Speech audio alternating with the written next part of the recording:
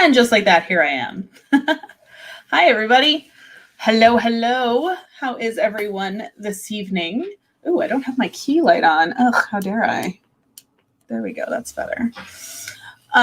So hello to everyone who's in the chat. We're going to get started momentarily. Let me go ahead. Oh, yep. I already got somebody waiting. So let's get rolling. We will add people as they join.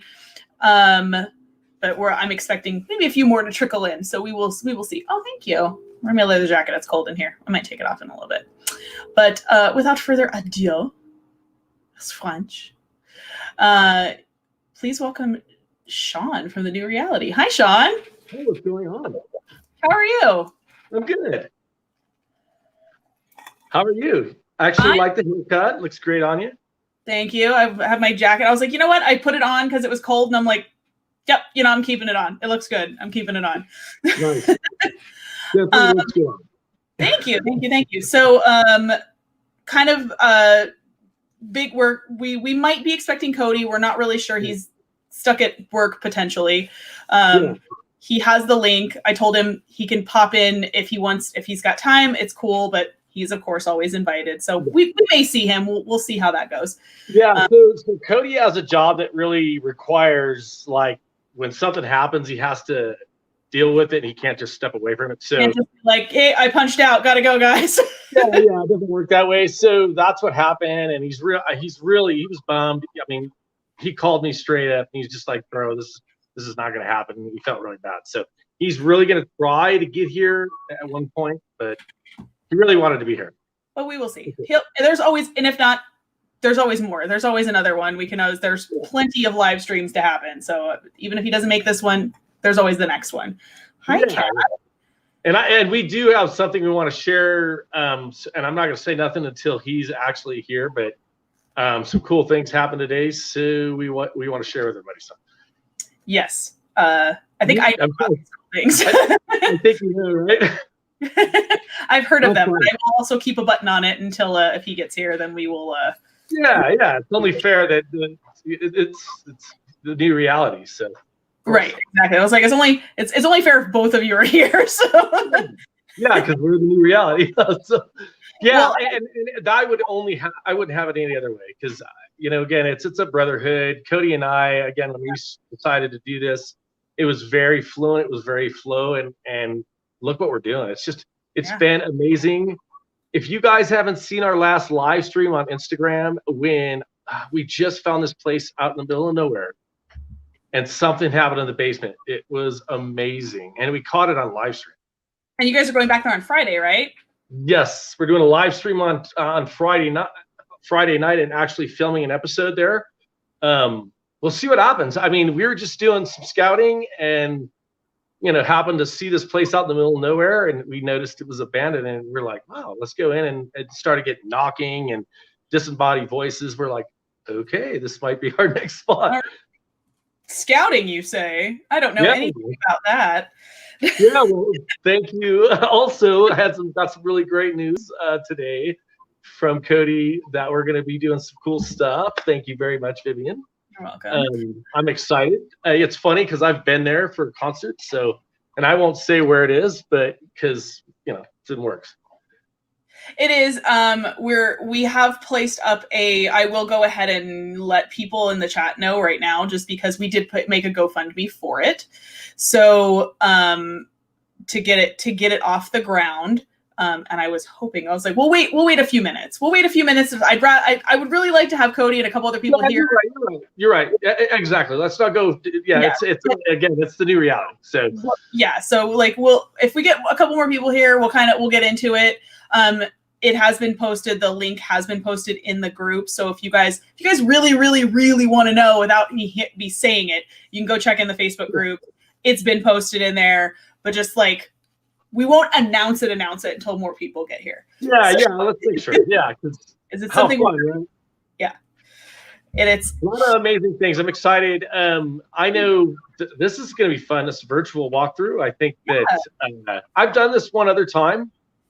With a paranormal group back east, and it was kind of funny. They just hit me up, and I did a walkthrough with them, and it was pretty pretty crazy. They were able to, some of the things I was feeling in the house, they were able to validate it through some history stuff, and they showed pictures, and it's pretty neat. Oh, wow. That's crazy. So I was like, yeah, it's they're closed again. So they did open, the Winchester Mystery House was closed all the way through, like, I think May. They were closed because it's in California and there's pretty stringent lockdown with COVID and everything. Oh, don't get me started. Yeah, although to be fair, that is also why we've had this opportunity for the location that we have not mentioned yet, because it is closed because of COVID. Yeah. So like we've said before, it's a toss up. You could either have places that are like, we cannot let anyone in at all because of lockdown, or please come in here because we're not making any money. So yeah, you know what? We've been so blessed. I'll put it that way. We've been so fortunate, blessed, whatever you want to call it. We've gotten into several locations exactly for that reason. Yeah. And yeah, they want money, but that's okay because they're trying to keep their business open. And if we can do that, why not? I know that, again, we do the Patreon thing and the donations and all those things help pay for that. And it's important to understand, right? That's how the haunted side, that's how we do things. It helps bring in the money to pay these businesses to let us in it. Right, because there is overhead, because there's travel expenses. There's, if you're traveling somewhere that's not, in your backyard, you have to get a hotel room. You have to have a place to stay. You have to cover, incidental costs, gas, like plane tickets, like depending on how far it is. Some of these places require insurance policies, liability insurance. Some places require location fees, filming fees, business permits. That's where I come in with all that stuff. So it's thank you.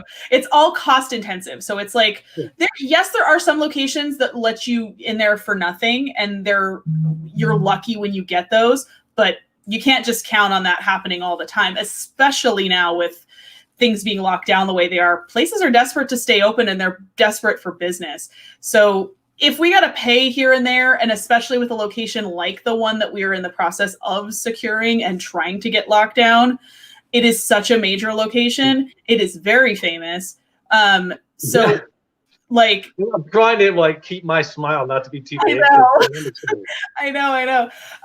But it's like, it was funny because Cody was like, wait, which one are you talking about? And I was like, the one you think I'm talking about. He said it to me. I'm like, I got this big smile on me because I've known a lot of club owners. I lived in Rancho Cucamonga in my younger years when I was doing a lot of partying. I had friends that had their own clubs, and we went out there and partied hard in that location. And it was a great time. It's from my understanding, it is, without giving anything too much more away, it is the oldest building that is still standing on that particular street. And it has a huge history behind it. There was mob activity there. It's, been there since the 20s, 30s, the building itself. Now, it has had many different incarnations in between what it was. I think it was originally like a grocery store. Can I stop you real quick? So why is it we're always getting into buildings that have mob locations? Right? Patrick, and the new reality, right? Well, to be fair, I mean, and I was talking to the manager from this location on the phone today, and he was like, yeah, there's mob activity and stuff like that, and Mickey Cohen. And I go, yeah, I'm from Vegas, so pretty familiar with mob activity. We have a whole museum for it. So Nevada, yep, we're pretty familiar. Yeah, I'm sure there's a lot of haunting going on around all of them. Mafia, never heard of it. But yeah, it's all of those things are cost intensive. So of course, we appreciate any, that's what, like Shawn was saying, that's what all these donations, that's what it goes for. It goes to cover that overhead. It goes to cover the Patreon, the YouTube memberships, the, PayPal donations, all of that goes to that reason. But the problem is this one was so what happened here is this one was kind of a last minute, they just got back to me today. And it was one of those, we better grab this now before the cost goes up. So other locations have already been, especially with, have been paid out. So it's we're we didn't expect this one. We didn't expect this one. And it was So I'm hoping that more people join so I can like spill the beans because it's hard for me to keep secrets. Yeah, I'm excited. Like honestly, again, we talked in the past about how things just kind of fall in line, and I can't express it enough. Like the new reality, we say we're in this flow, and again, we're blessed to have all the wonderful people that are around us that help us, and recognize what we're trying to do. I mean, I think we approach it in a different way, and it's a brotherhood for sure. So there's always us working well off each other. I mean, you can see that, right? Yes, I can. And as Max goes, when Viv does the excited finger, something's going on. Yes, the finger pyramid of evil contemplation. Yes. I get to do the finger pyramid. When you see me doing the finger pyramid, you know stuff's in the works. stuff's going down when I'm doing. We're excited, honestly. It's kind of funny though that we're calling it the ranch house. Mm-hmm. That place again. We're always scouting for stuff that's close and to be able to maybe do a series or whatnot. And that area, and I'm not going to say too much because there's actually something that we found out about the farmhouse. And I'm not going to go into that, but that's going to go into our next episode with the farmhouse sequel. Nice. But the whole land has issues, and this area is probably a half hour away from where the farmhouse is. But to find what we found when we just walked in the place was just dumb. We had the edge was going off and everything else. I love that when it's like you immediately walk in and like stuff already starts going off and you're like, yeah, this is awesome. This is going to be good. It's not one of those like slow ones. You have to like a slow burn where you have to build it. You walk in, the stuff starts immediately like, yep, this is going to be a good night. I put the Eddie on this like chair. It was an old chair. And as I'm putting it down, it's getting EMF hits and the place is abandoned. So there was no power. And then I was getting temperature fluctuation. Thing was going nuts. And I set it down and I'm like, I stepped back and we started asking questions, started moving. So it was like right away. And then we went live just because we're going, okay, this place is going to be phenomenal. We're going to do it tomorrow or Friday night. It's like one of my favorite responses. Like I think I did that like when we were in Tonopah at one point, and I think Patrick goes, "Did that just say run?" And I was like, "Yep, that was a pretty definitive response." A pretty definitive response there. Yeah, like did that say run? It did. Yep. We can't so we're getting ready to release the Crown Point Mill. Mm-hmm. That place is crazy. Like, Mills so I'm going over because it's going to be a two-parter. It might even be three. Mm-hmm. We had so much evidence that we had to break it up. Oh, that's great. Like when you get like one location and you get like multiple episodes out of a location, that's great.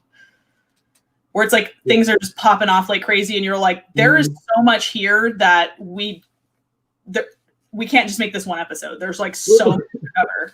Yeah. There's a point, and I won't say what like exactly. I'm laughing because like there was a point I'm listening, and I'm going, okay. I'm going, this thing's mocking us, and you could hear it clearly, like it was mocking us. Wow. And so, and I'm not going to say anything else more about it. But like when I sent it to Cody, and I said, "Hey, bro, listen to this." I didn't tell him anything of what I heard, and he calls me back, and he's like, "Oh my God." So, oh wow, I heard I heard that. Very clear. Very clear. So yeah, it's gonna be fun to I'm excited. Hear that one. I think we're gonna try it. We're gonna release it on Sunday. Nice. But yeah, it's gonna be amazing. So you've got the live stream, plus you're filming at the ranch on Friday, and then you have the new episode, at least part 1 of Crown Point on Sunday. Yeah. So that's awesome. And then I know we're very teasy tonight. Sorry guys. We just were waiting for more people to get here so we can like maybe actually like formally announce something. But even if they don't make it by the end, I promise I will spill the beans and tell you, because I'm excited, and I'm that person that buys Christmas presents for somebody and get them in July because I can't hold on to them. And I'm like, do you want to know what I got you? I'm really bad at the presents. Me. 100%. Might as well not even wrap it. You might just hand it to him when you buy it. Like, here, I got you something. And they're like, yeah, but Christmas isn't for like 6 months. I don't care. Here. I can't hold on to this here. I'm bad at keeping secrets. So doing a live basically virtual walkthrough tour, and it's an immersive 360 tour of the Winchester Mystery House, which is currently closed. It was reopened, and then they allowed limited tours with like masks and stuff, and only small groups, and you had to stand apart and whatever. But then when the numbers started to go up again in California, everything got shut back down. So it is currently closed. You can only do virtual tours right now. So you buy I think it's like $9 for the virtual like immersive walkthrough, and you have access to it all the time. Like you pay it once, and you can go as many times as you want, as often as you want. Yeah, it's really cool. And then there's also a guided one that's a video that you watch, but it does have audio in it. So we're not doing that one just because it's like a 45-minute, and there is talking over it. So it's a little hard. It would be hard to hear. It'd be like too much going on, but it's really cool. It's 45 minutes, and it's to rent it. It's like $5, and then to buy it, if you just want to buy the thing and keep it yourself, it's like 15 or something like that. And all the money goes to that venue, which it is like a public, like not a park, but like it's protected. It's like it's taken care of by like a nonprofit. So all of that historic group, or something? Historic building. So all of that money goes to assist that foundation that takes care of the property, basically. So, which please help them out. It's during COVID, things are closed. Yeah, they can use all your help. So I gave my $9. So we're going to share my $9 gift. Oh well, thank you. You're welcome. So we'll get it going. And if I get any impressions, I'll just kind of I'll put it out there. Perfect. And I have not done that. I've done the other one. So during shutdown, I did the guided one, which was like 45 minutes, but it was with audio, and it was like you don't click through it. It just walks you through and then does the narration. So I have not done this one. This is new. So please forgive me if I am not know what I'm doing, because I have not done it yet. I kind of wanted this to be like training wheels off, and that's what's happening. Yeah, you just go for it, right? So just FYI, like before I got on, I had this strong feeling of lighting a bunch of candles. I don't really know the location. I know that I don't really know the location, but I had the feeling of just lighting candles. I don't know what that means, but okay. So the location is it is famously potentially one of the most reputed to be one of the most haunted houses in America. It is we did a history on it in the podcast, so I'll tell you what I do remember, because I don't remember a lot of it off the top of my head, but I do remember a good portion of it. That it was built by Sarah Winchester. She was the heir to the Winchester repeating rifle fortune. She's a very wealthy woman. Her husband died, and their only child did pass away, so it left her alone in the house. The house, she was very much into mediumship and spirituality at the time. It was around the turn of the century. So it was a very popular movement. And she would get readings from mediums and things like that. And they would tell her, a medium did tell her specifically that because of the deaths that have been caused by the rifle and stuff like that, that she had angry spirits that were like needed to be appeased and things like that. So she went her whole life believing that she had to like repent for these things that had been done, as money had been, the ghosts and things like that had been killed by the repeating rifle. So she constantly built this house. The house was never like finished. It was just a constant building project. It had 700 rooms at one point. The earthquake damaged a good portion of them. So the house, the building only stopped when she died in 1920, I believe.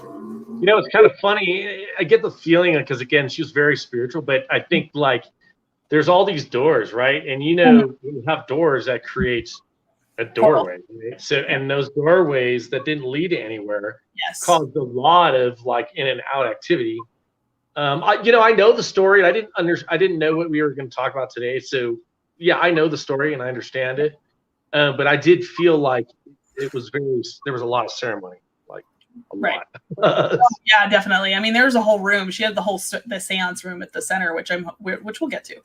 But like, yeah, I was like, in case anyone didn't know, I'm pretty sure everybody in the chat's very familiar with the Winchester House. It's very famous. But in case anybody was not aware, I just wanted to share that.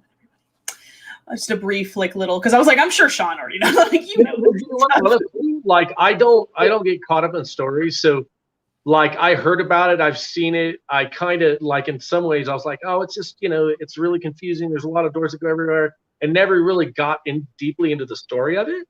I just thought it caused a lot of like maze. I'm a medium, but it's funny. I'm very skeptical, and I feel like maybe it caused a lot of confusion because there were so many doors and ways. Okay. I'd get lost. It looks like somewhere I would also get lost in. So I'm hoping that one day when I actually get to go to this place in person from doing these like virtual tours, I'll be like, yeah, I know where that's at. Like I already saw this.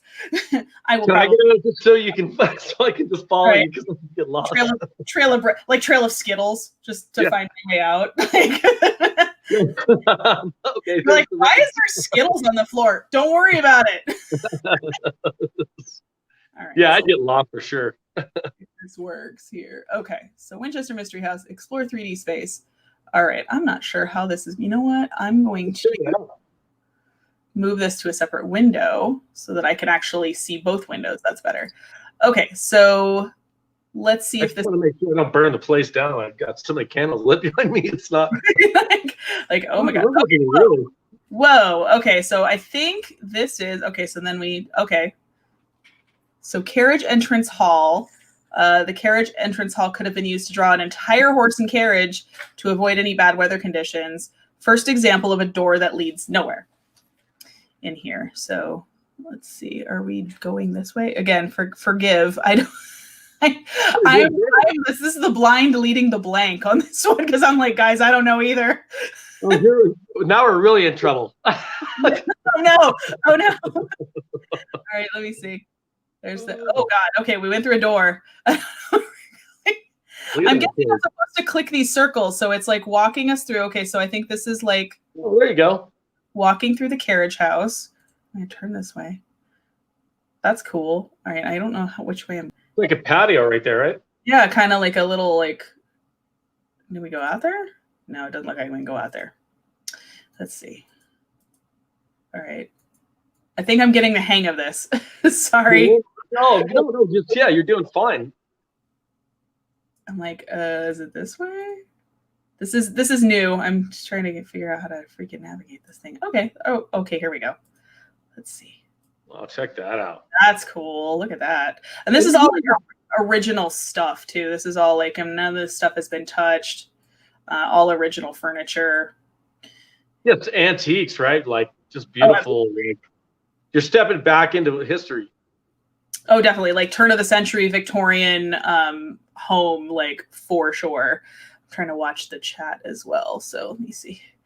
Oh God, I made this window big. Now I okay. Oh God, now we're really lost.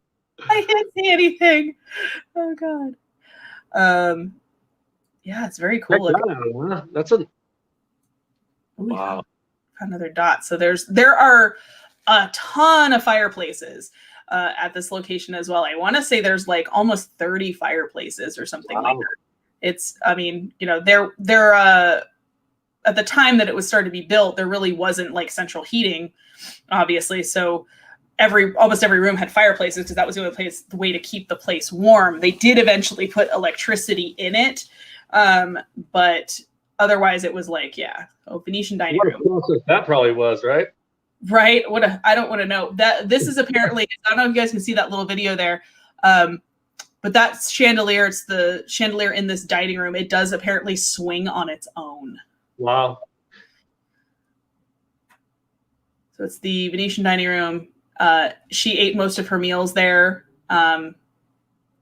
It's one of the places that Mrs. Winchester's ghost is supposedly seen at. And it says one evening in 2013, the last tour of the day moved through the rooms and saw the brass chandelier swinging back and forth. And you can see that that's not a wind that would do that. Well, yeah, right.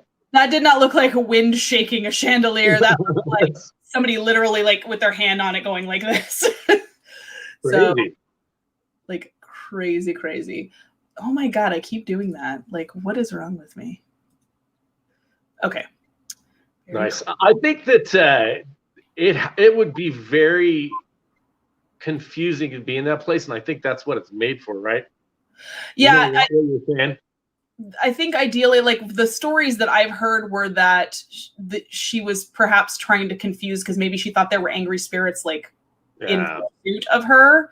That she was seeking to confuse them to like, and she never slept in the same bedroom like twice in a row, like twice in a night. She would sleep in different bedrooms like every night. So I guess it was to confuse and confound any, like if there was something angry that was after her, like she's like, haha, you can't find me. It sounds like a fake medium told her a bunch of BS and then it caused her to. I feel like that's probably kind of true because there were a lot of fake mediums around at the time. I mean, Houdini, that was his whole like thing, was to debunk like fake mediums and fake readers and palm readers and stuff like that. And he was like way into like the whole like debunking like mediums and stuff thing. So I feel like somebody just made some stuff up and was like, yeah, there's angry spirits chasing you. And like this poor woman spent her whole life building a house because of it. So yeah, but I think the ceremonies really, like, again, those doors, you know, that don't lead to anywhere, I think truly are doorways. I think they create a lot of like vortex or portals. But they maybe, yeah, I was like, they maybe accidentally, maybe it was like based on like somebody just BSing her, but then her building those doorways inadvertently actually made things happen because, you know, just going off of what that person told her, she was like, I better make the house a maze so they can't get me. And it's like, well, you kind of accidentally drew them to you. Like, yeah, you brought in somebody that's fake, but you guys are already doing ceremonies. So this person that, maybe it wasn't a lie, maybe it was just something that came in that wasn't very pleasant. But you know, that happens, right? We've seen it. Oh, absolutely. Especially when you have portals, right? You get in and out. There's no control what goes in and out of that portal. Oh yeah, because well, and then especially with, she wouldn't have known really anything about that other than what her spiritual guides or whatever people would have told her. So she didn't know anything about like grounding the space or clearing the space or anything about like controlling a portal. She wouldn't know anything about that. She just thought she was doing what she was supposed to do and was probably inadvertently actually drawing more things in than she did. So this is the kitchen. So post 1906, some of the part of stroke. Anyways, I don't smell burnt, so I think I'm okay. A lot of the rooms in the house were damaged because the 1906 earthquake that happened in San Francisco. The house is in San Jose, which is not that far. But it was a big earthquake. It was like almost 8 point, like 7.9 or something like that. And it damaged upper floors of the house. There were, like, I guess, a whole other floor or two whole floors because the house used to be 7 stories. It is now only 4. Wow. It damaged a lot of the upper stories. And so this was the main kitchen after the earthquake. That had to be like, they kind of had to move some things around. There's a bedroom, and I don't know if we'll get to it on this part or if they'll highlight it. I'm sure they probably will. I didn't know that. I didn't know that.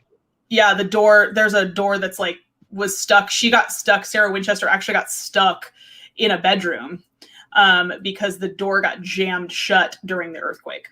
Wow. So I feel like I'm now going in circles. So let me see.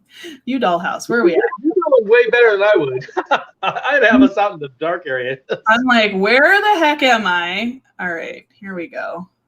That place is huge though. Like, you're above it. That's a big house. It's very big. It is, what's the square footage on it? It's like, it's massive. It's massive. It's, I think, 200 plus rooms, 4 stories, 5 stories with a bell tower. It is massive. Like, this would not be a quick tour. This would take you probably a few hours to walk through everything. And that's if every room was open, which I'm sure they don't take you through every single room because I think some of the rooms are still closed and not structurally sound. So would they allow you to do like the new reality or the haunted side, go and do an investigation there? Oh yeah, absolutely. Patrick's been there. He was there with Shawn back in season 1. So I know BuzzFeed Unsolved has been there. I know Ghost Adventures, I believe, has been there. Did they get good like activity? Because that's what I'd be interested in. Yeah, like I think if on Haunted Side, it's in season 1, yeah, with Shawn. So if you can get past Shawn's jumpy fucking camera movements, then you can watch it. Sorry, that was shady, but it's true. I remember watching some of that. I was like, yeah, sometimes you just need to replace your camera guy. Yeah, it's like I was like, is this the movie The Blair Witch, or is this a Haunted Site investigation? Because I can't tell with the shaky camera movement. Yeah, Sorry. Jason's amazing. Just a big old shout out to the Haunted Side, and Jason, obviously, he's awesome. He's good at what he does. He has an invite, so he this is cool. I don't know what this does, but that's neat. But he said he's going to try to make it as well. We might have some future projects in the near future with that team. Absolutely. So, okay. I don't know where we're at in the house, but this looks creepy. I like it. I just led us to a murder basement by accident. I don't know what happened here, but that looks like a paint. How did you get us in the deepest part of the house, Veronica? Talent.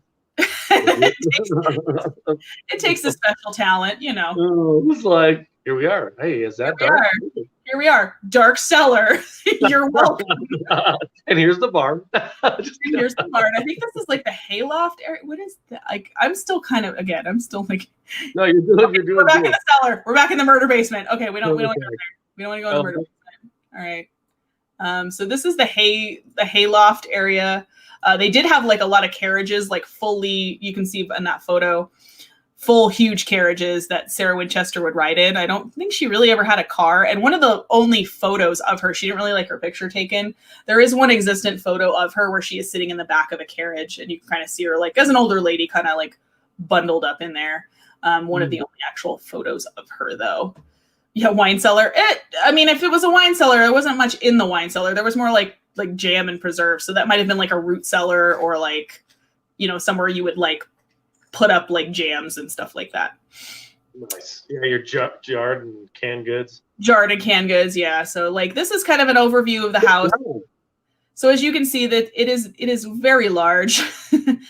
That is a bird's eye view of the home. I don't know where. So really, how would you actually be able to know where your house is? Exactly. I was like, how would you know where anything's at, and how would you not get lost in this place? Like, how did she not get lost in here? I guess living in there, it would make kind of sense, but like otherwise I'm like, dude, how would you not like get just absolutely freaking lost in here? Yeah, two things, a lot of bathrooms and a lot of kitchens. So, and then, okay, we'll go into here because this is the conservatory. So let's go in here. We'll check that out. Right. So North Conservatory, she loved to garden. There's a lot of, you notice there's a lot of pictures of plants, of paintings of plants. There are a lot of plants in the home, a lot of plants depicted on stained glass because she was big into gardening. There was an 18-acre, I believe it is still on the grounds, 18-acre Victorian garden around the mansion that is still maintained to this day. This room itself, the conservatory, has she just wanted to fill it with plants, kind of like an indoor greenhouse. So it has a watering system built into the room. The floorboards could be lifted. The floorboards you see here could be lifted up, and the plants watered right on the metal lining underneath so that you wouldn't. It's like an atrium. Huh? It's an atrium type of thing? Kind of, yeah. And it's like you could actually water the plants like right in there. So you didn't have to worry about the floors warping or anything. These floorboards actually lifted up. And there was a sink in there, so you could actually kind of like water everything here. Yeah. So who owns it now? I believe I think the state owns it, or basically it's kind of reverted to property of the state. It's a historical property. It might be a nonprofit that owns it actually at this point. That preserves it. There are over 2,000 doors in the Mystery House. Would you like to know what's behind this one? Well, you'll have to visit to find out. So they're being a bit of a tease there. From that way. That place, yeah, I'd get lost for sure.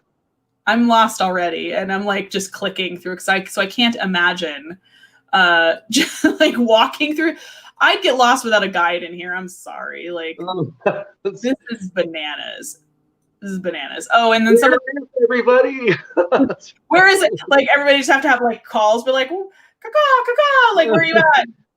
Again, trail of Skittles. I'm just saying. So the stairs. Yeah. But what if they have mice and then there's no trail left? Then I'm screwed. Then I'm lost in this house forever. The stairs, I remember being an interesting point that some of the stairs had to be replaced later on. You can see some, I don't know if you can see them in this photo, but some of the stairs, you can see they have rubber things on them. Sarah Winchester had bad rheumatoid arthritis as she got older, so it was harder for her to climb the stairs. The original stairs were very steep. So they ended up going and replacing them with much shorter stairs with these like rubber like risers on them, so she could actually get up and down the stairs a lot easier on her own. And most of the stairways have 13 steps. Of course. 13 was a big theme. Lucky 13. I mean, I love the number 13. I don't know how people are afraid of it. It's not unlucky to me. Superstition. Yeah, like, 12. And people don't do black cats either, I guess. I get it. I have a black cat though. Black cat's awesome. She is my mystical potato, and nobody can convince me otherwise. Mystical potato. She's my mystical potato. She's fat. Okay. Seems a lot. Yeah, she's a chonk. That's why I call her my mystical potato. You're like, is that a potato? Yeah, is that a potato? No, it's just a fat black cat covered in fur. She rolls over and it's cute. She like tries to roll over and she can't because she's too round. Can't get back on her fours. Oh no, she can't at all. She's a chonk. She's a unit. What is that? So this room, okay, so we found ourselves another little dot. So this is the servants' call room. The third floor was devoted to the servants' quarters and storage. So she did have quite a fair amount of servants who lived in the home, who would take care of the house, take care of like the fireplaces, basically anything you would need for like a massive mansion, pretty much. Guests and employees. Make sure you don't get lost. Oh yeah, make sure you know. Well, she had this is one of the first homes that ever actually had like a call system, like bells that you could like press and call somebody up to another floor. It was like the first home in America who actually had that sort of thing. Awesome. Whiskey. Anyways. I'm on third floor 7. Like, I would just call it and be like, I don't know where I am. Please help me. There's a chandelier and some paintings, and please somebody gotta come find me. I've been here for 4 days. Yeah, and it would take them 2 days to find you. Right? So this is guests and employees alike have reported hearing footsteps on the third floor. It's one of the more paranormally active areas of the mansion, as well as Sarah Winchester's bedroom is one of the more active areas as well, plus the seance room. So those are... Oh yeah, look! Can we find the seance room in her room? Yeah, I think it's one of the back rooms. So I think once we work our way through, we can get in there. And the seance room. Really, you said you've been in the building? Huh? You've been in the building, right? I have not been in the Winchester house. I need to. I have not been. What you thought? I just did the virtual tour over pandemic, and then I was like, dude, I really need to get in this freaking house. I even like the structure of it, like what they used as far as doors and the. Yeah, again, I like history. I never liked it growing up, but we've been in so many different locations with older historical, and then you're communicating with these people. Oh yeah, need to kind of put it all together, right? So this is like even the wall. You can see even the wallpaper. That's wallpaper on the walls there. The wallpaper is even that highly like raised like relief wallpaper. It was very expensive at the time. And when Sarah Winchester found something she liked, like especially something with a pattern that she liked, like this particular wallpaper here, she would buy every inch of it she could find, up to the point that they would have like extra like in storage rooms so that in case they ever needed to replace any, but she would just like buy out the store. Like, wow. But you can see like the detail even on, and again, with florals and botanicals, she was very much into plants. I feel like she was a green witch in another life, or potentially that life. Don't really know. Yeah, but well, she did seances, so she was doing some of that stuff, right? yeah, exactly. And like it just you can see like the detail that because that's like people are like, oh, is that the wall? I'm like, no, that's wallpaper. That's actual wallpaper. And a lot of them were made from leather or from other like vellum, like skin material to get that kind of detail. Trying to help my dogs here. Oh, cats. I had one back there that was doing some stuff, and I don't know what the heck's going on. Well, I've got a bunch of snow, so I've got a husky and I think she's like a husky shepherd mix, and they. I love huskies. They're so mouthy, though. Oh yeah, she's always talking. Like They're very. I know she tells me. So this is the Daisy bedroom. So this is the one I was actually telling you guys about. This one was actually, you can still see there is still existent damage from the earthquake in 1906. Sarah Winchester was actually sleeping in this particular bedroom when the earthquake happened. The reason it's called the Daisy room is because there are daisies embossed in the stained glass windows, which I think we'll get, if I can get close to the window, we can take a look at it. And it's cool. It was her favorite flower as well. The earthquake registered 8.3 on the Richter scale and was felt from Oregon to Los Angeles. Sarah was actually trapped in this room. The door bowed shut. The frame actually broke and bowed the door in. And it took servants hours to get her out of the room. You can still see the marks from the crowbar that they had to pry the door open to this day. What's impressive is that it held up because that was a huge earthquake. Yeah, so you can see this. There it is right there. So that dent right there, that's the dent, the crowbar. They had to pry the door open because it had gotten wedged against the frame right there. So, oh, there's another dot. More doors. You'll have to visit. They just like to tease us with these doors, don't they? More doors. Visit. See for yourself. I'm like, no, I want to show me what's in there. Go to the freaking now. You don't get to know. I'm like, okay. Fine. Jerks. Till we walk on, huh? Right. So you can see the room. It is still very much damaged. This was also, so you see some daisies up there. After that earthquake, the top 3 floors of the home were removed. That's crazy. The fact is you have to remove 3 stories, but it was a very big earthquake. So I didn't know any of that. So like I said, I didn't know any details that happened. There's the stained glass there. So you can see the daisies in the windows. Very expensive stained glass. There's about $20,000 worth of stained glass in a storage room downstairs that's basically just sitting and collecting dust. Wow.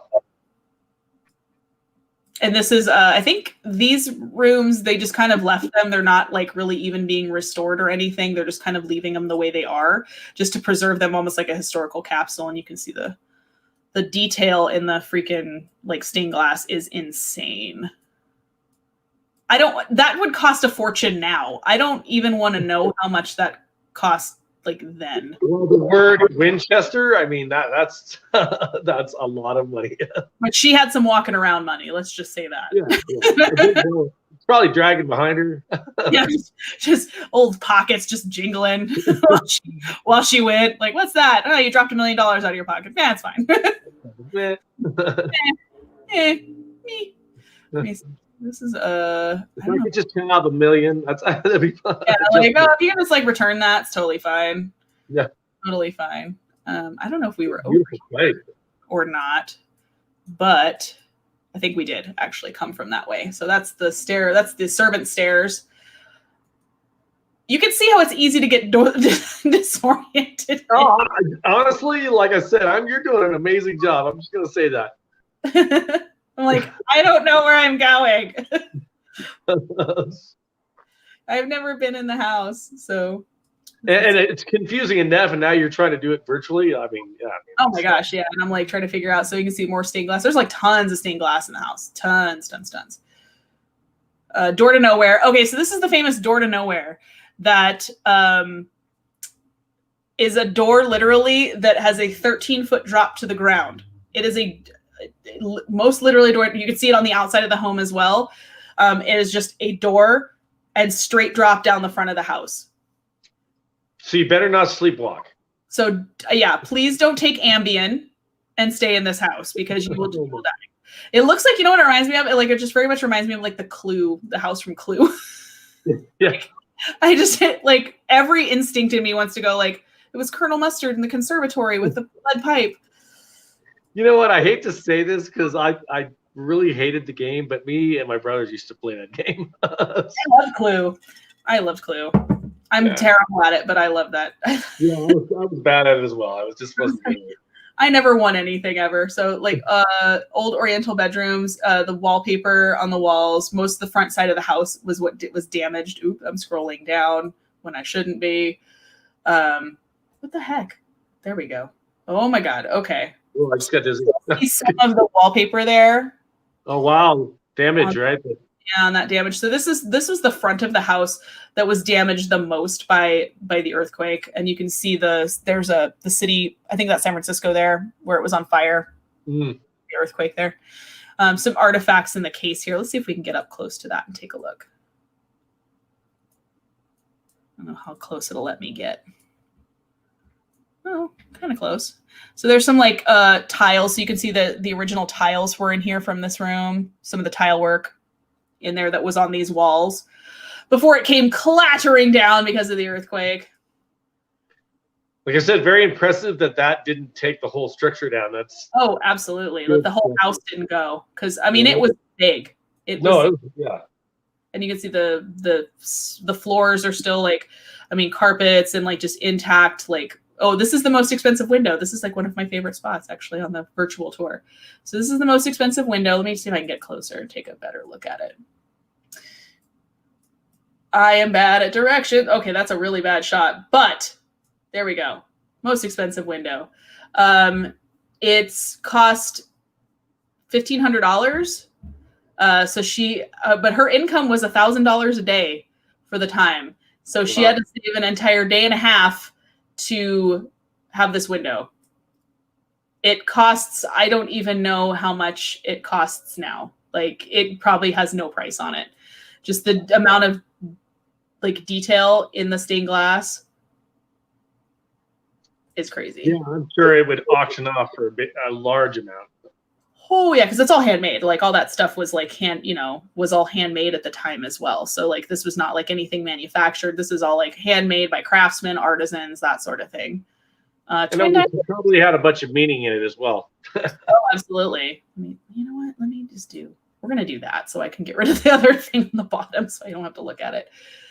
Twin dining rooms. These are two rooms are some of the oldest rooms in the house. They were heavily damaged from the earthquake in 1906 and recently restored. It took about 8 months for each room. And the north dining room was completed in January this year before I'm sure the world went to bananas. It says the process revealed secrets and solved riddles about Sarah's home, particularly the origins of her stained glass collection. You can read more about that in the link. I will leave it on the screen so you guys can take a look at it in case you wanted to copy that and read more about it. You can go on the website and they have a whole bunch of like resources on the website as well that you can look at. So this room has been completely restored. Okay. How do you like, I'm looking at it in a paranormal investigation. How would you cover that building? I mean, you would have to like, to do a full investigation of this property, you would have to like have like a week or like 4 days here because you would almost have to like a floor a day. And volunteers to go over the evidence because that's a lot of going over evidence. Like how many freaking hard drives you'd fill up? Oh, I spend so much time going over video. I mean, both of us do, but Cody does the editing. Like there's so much time that's put in. Yeah, that would be a big project. I mean, you definitely would want to hone in on the floors that are like the most active, which I think is the third floor. But like to do if you wanted to do the full house, that would take a minute.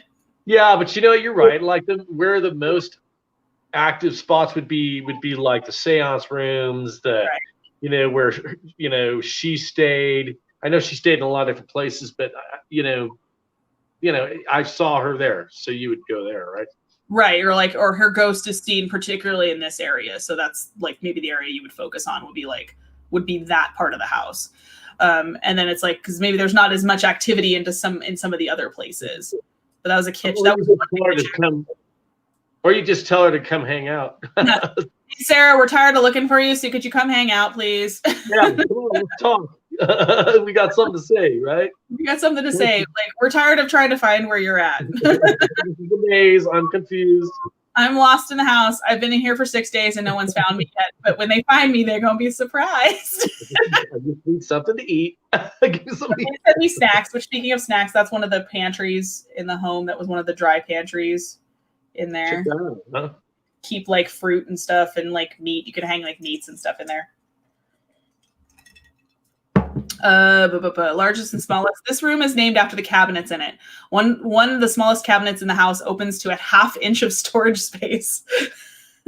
The other opens to the entire backside of the house. That is bananas. Like, yeah, like the guy that built it or created it, what was he doing? like, yeah, it's these cabinets here, I think, and they open them on the other tour, and there's like one that's just like, whoa, like you can store the world in it, and then one it's like meat postage stamp. Wow, that's weird. It's very strange. It's very, very odd. Like, why would you do this? Yeah, would not want to be inside that person's thoughts, right? Like, oh, not at all. Not at all. Like, what was the intention behind that? And yet again, I have somehow led us into a creepy basement area. Apparently, that is what I do. I lead people to creepy basements. Perfect. Is there paranormal activity? That's the question. That's generally what is usually happening in creepy basements, right? That's why I'm like, when a location tells me, I'm like, oh, by the way, there's a basement. I'm just like, basement.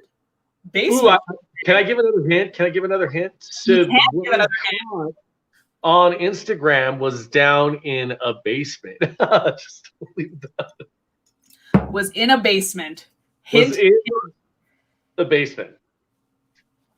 And that does have a basement. Well, I don't know. Is it because maybe it's so close to the ground? Is that maybe why? That there's a lot, it kind of centralizes in that area because it's as close to the earth and like rocks and like the actual like foundation and stuff like that. Well, I have a theory, but I can't go into it because it has to do with the farmhouse. What is it? Episode 3. Okay. One that's not out yet. Gotcha. Yeah. But there's a lot going on in that area. So maybe it has to do with that, but maybe I get it's just it's a family thing, but. Oh, this is the boiler. Okay, so we're in the boiler room. Oh, cool. Let's check it out. Basement. There are 2 basements in the house. This is the larger and the older of the 2. The boiler you see is an original Furman boiler. So it's very old. It was a non-local heating. Huh? Is that the heating? Yes.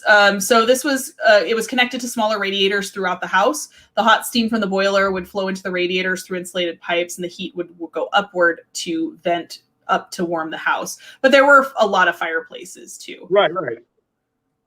But that's like and apparently there's in one of the basements, I'm not sure if it's this one, that there's a one of the servants his spirit is often seen in one of the basements because he was the one that maintained the boilers and like took care of kind of the all around maintenance guy for like the heating and stuff like that. And his name, I want to say it's like Harry, or starts with an H or something, but he's sometimes in there?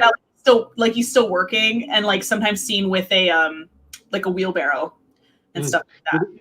Did he pass away down there or? Probably.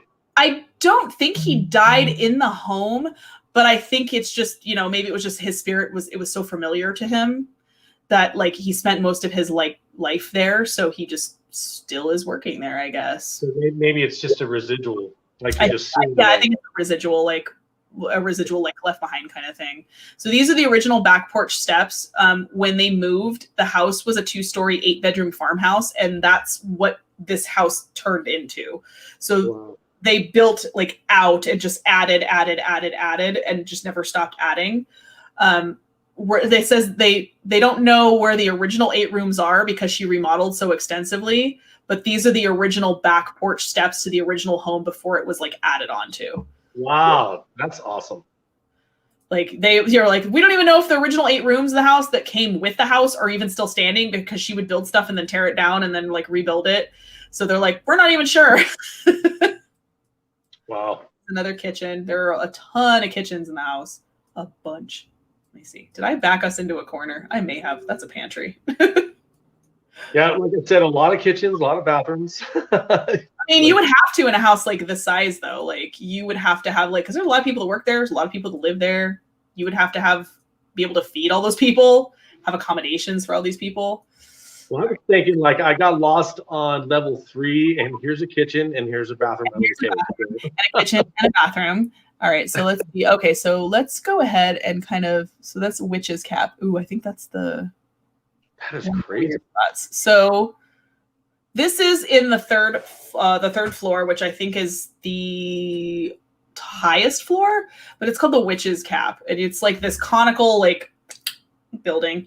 Kind of goes up there. Not really sure why that's blurry, but that's, it's fine. You can see how it kind of like comes to a point up there. It's like the attic space, basically. It says many guides tend to avoid the corridors of the third floor after dark. Some have heard footsteps coming down the hallway when there's no one there. The witch's cap is one of the most unusual spaces in the mansion. We're not really sure if it was used for anything other than attic space, but several psychics have been struck by the concentration of the spirit energy in this room and on the third floor in general. Yeah, I get like there's a very like at the tip, like it brings in a concentrated energy down into the room. Like, I'm wondering if it was meant to like either trap energy or like draw it in and down. Yeah, it's a portal. It's a in and out. Yeah. So this is the third floor. I mean, like definitely there was some intent with the roof being formed that way rather than like a regular roof. There was definitely obviously intention for that. Like a witch's cap. I mean that's. It's a little on the nose, right? I mean, it looks like it. A little bit on the nosy, I like it. Interesting. Very interesting. Okay, we can go out this way. It's fun to kind of feel like the intentions. It's definitely interesting. Even the hallways. Yeah. I mean, it's very like, lots of angles. Like there's a hallway that's off to my right. To your right? Okay. This one? It seemed like, look at that hallway. Like it's uneven and yeah, like the way it angles here. I'm pointing. Like, why am I pointing? Why am I doing? I'm dumb. Like right here, like this has this weird kind of like angle to it. Yeah, like it's not square. It's got weird. It is definitely more cozy than the nightmare basement. But yeah, there's another one where it's like, why is this here? It's like angle for maybe it's a part of the roof. Maybe, and that's what I was like. Maybe I'm reading way too much into the article. No, it's confusing. Very. I'm like, I just don't. Yeah, like in this windows, so I'm like, you can look up, but it's like, yeah, like there's a spot that's just like, okay, that's angled for whatever reason. I don't know why. Yeah, like there's a reason, right? I feel like there was, and I feel like there was like maybe intent behind the shapes in there, and like somebody said, all the wood is going in like different directions. So yeah, it's like you have these ones that are like parallel. I'm pointing to a screen that you guys can't see. Sorry, I'm stupid.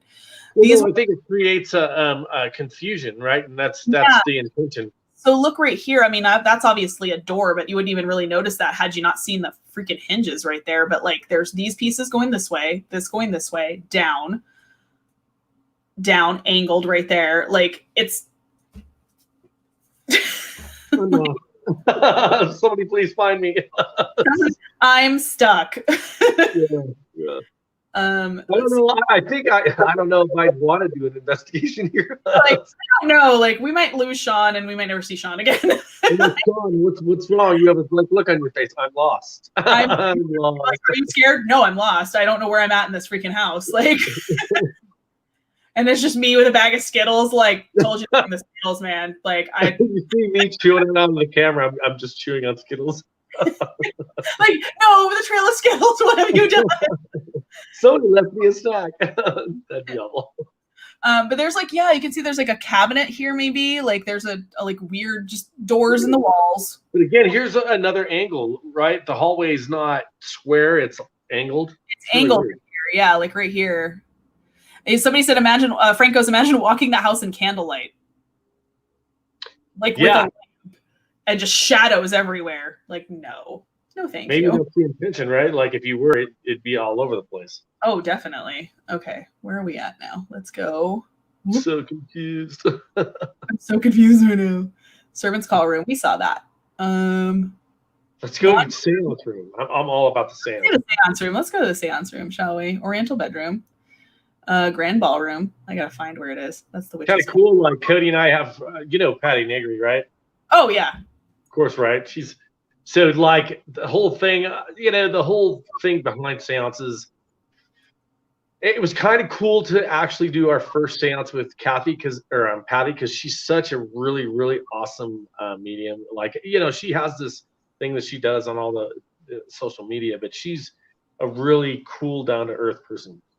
But we got to do our first seance with her, and it was just it was a cool experience for sure. That's awesome.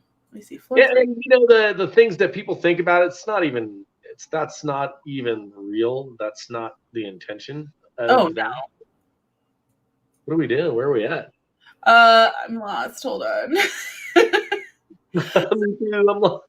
I'm lost already. So we're back on floor 2. I'm trying to track down the seance room. We'll find it. It's near her room, which is actually behind me. This is the Hall of Fires. So that's kind of cool name, right? There are 3 adjoining rooms called the Hall of Fires. There are 7 sources of heat in this room, 4 fireplaces and 3 hot air registers. So this is one of them here. So what is that for? The which one? What is that for? Like, to have all that kind of heating, there's a reason, right? There had to be. Yeah, she had because she had arthritis very, very badly, and they thought the heat would help alleviate. So this is kind of around her bedroom and where she slept and stuff like that. So she was on this floor quite often, and they think that that's why, because it was supposed to help alleviate the pain from her arthritis. Which Oriental bedroom. This is one of the bedrooms. Her niece stayed in this room. South Conservatory. All right, where are we at? Oriental bedroom. Okay, so it's pretty. Oh, it's very pretty. Her niece lived there as her personal secretary and companion before she got married and moved out. The bamboo decorating from the fireplaces came from Japan. A lot of this was imported. And much of the furniture you see in the house is not original. After Sarah passed away, her niece, she had no children. Her niece kept what she wanted of the furniture and sold the rest of it. Oh. Yeah, which is kind of crazy. So the furniture that you do see is period. It's period appropriate, and it's correct to the time period. But a lot of it's not actually original because most of the original furniture was sold. Mm. Well done. I was like, why would you do that? Why would you do that? No, to know the history, that's really awesome, Vivian, for sure. Oh, thanks. I love history. I'm a history nerd, so. Like I said, I was never into it growing up and going to school, but again, when we were doing investigations, it's really cool to kind of go in and then understand the history of it. And absolutely. There's a window in the floor here. We don't know why. Strange. So South Conservatory is the room with the most windows in the house. So this has the most windows and happens to be, and one of them happens to be on the floor. Why? Great question. They don't know. There's no rhyme or reason, but as you can see, there's a water, a sink in here, a place you can get water, but there's windows, so many windows. So many windows. Crazy. Linen closet. Oh, so this is kind of what I mentioned earlier. When Mrs. Winchester liked a pattern, she would buy the whole bolt. She would just buy everything. She would just buy up the whole store. The wood in this room is actually California redwood. Wow. She liked the durability of it and used it extensively throughout the mansion, but maybe felt it was too dark for this room and had them paint a faux grain on it to make it lighter. So it is actually redwood, but it was actually just stained lighter for this particular room. But you can see this is all still original, cloth and wallpaper and stuff in this room in here. I love the look of the California redwood too. So to paint it over, it's crazy. Yeah, that's especially a tree of that size that makes a whole lot of furniture. Yeah, it makes a beautiful color. The redwood is such a great wood. You see some of it's all of this wood detail out here. This is all California redwood as well. But I get it. Your whole house has it. So yeah, change it. Oh my gosh, yeah. Let me see. Because you can. Because you can. That's exactly the reason. Because you can. I'm gonna paint my redwood to a lighter. I'm sure people probably looked at her like, "You're gonna do what now? You're gonna paint the I want it to look like oak, so I'm gonna go ahead. Like, it's too dark for this room, so I'm gonna need you to paint this redwood. And they're like, Yeah, okay, yeah. go off, pop off, sis. Like, why would I do that? Yeah, crazy. Let's go to the her bedroom. Let's see if we can find her bedroom. Famous But windows. yeah, if I was making her money, I would. Well, yeah, whatever. Hey, Oh we'll my just gosh! change it. Like, seriously, oh, there's the $25,000 room, Hayloft. We'll go there in a second. Carriage entrance hall. We were there. Where's the freaking seance room? 13th bathroom. Okay, so a lot of there's lots of 13s in this room. This is one of the more modern rooms in the home. It actually has the only shower in it because most wealthy homes had. I mean, even wealthy homes most homes only had tubs. Only wealthy people had showers. Don't know why. But this is the room called the 13th. It's the 13th bathroom because it really is. It was built with electrical outlets and indoor plumbing. There are 13 windows in this room, and 10 are along the back, the upper 6, and a spider. She had a lot of spider web patterns in the house too. 2 diamond-shaped windows in the staircase, and then 13 risers leading up to there. And then the 13th window, let me go over here. Was she doing witchcraft? Was that what she was doing? I feel like she probably was like dabbling a little bit, especially in like the spiritual stuff, for sure.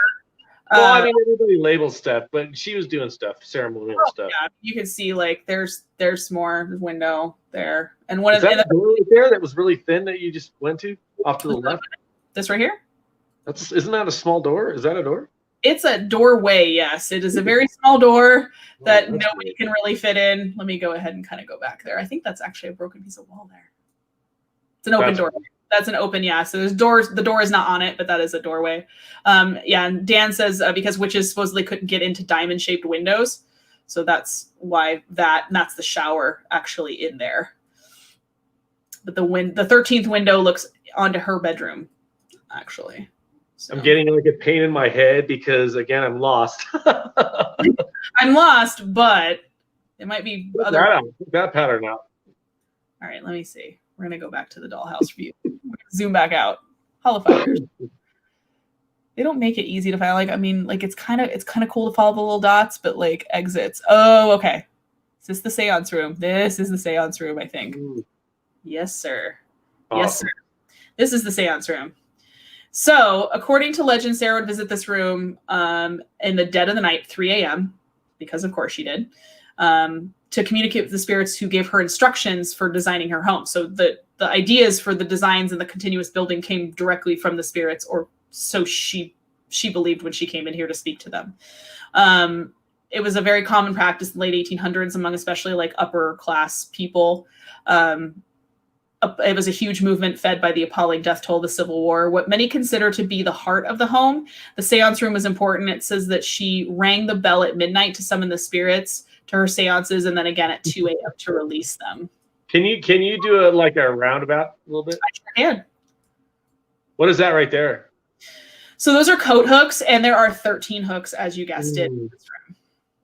There are also 3 exits, or there is only one way to enter the room, but there are 3 ways to leave. The first is the door that you entered through. That's the door we came in. So that's the one you can exit. The second is the door to the right. But since it opens to an 8-foot drop into a kitchen sink on the first floor, that it was mainly used for this, is supposed to be for spirits to use to exit. The third is the closest thing we have to a secret passage and would have allowed Sarah to make discreet visits in the middle of the night, or to leave, come and go without anybody being the wiser. Yeah, off to the left. What's going on in the Yeah, I was going to say, what is that? Yeah, right here. So this is, we go and kind of come over here so we can kind of see it a little bit better.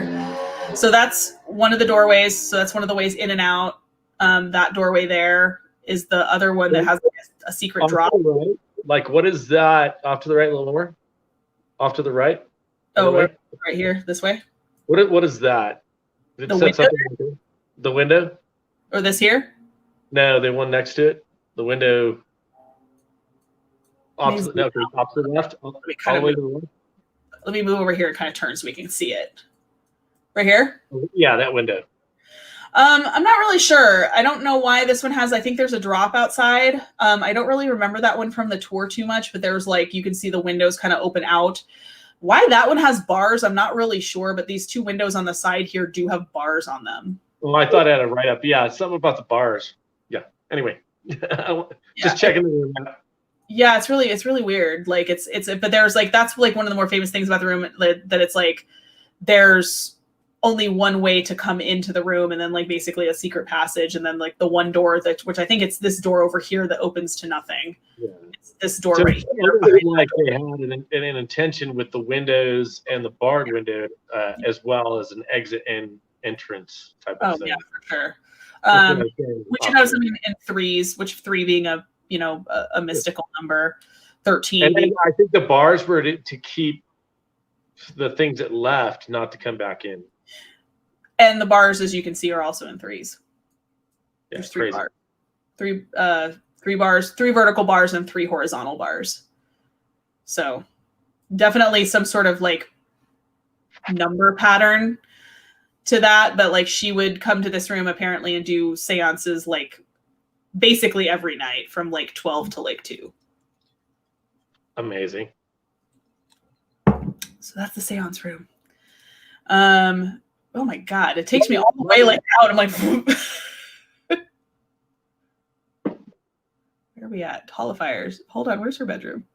Sarah Winchester's room. So this is the other like very active room in the home. I don't know if you can still stay in here or not.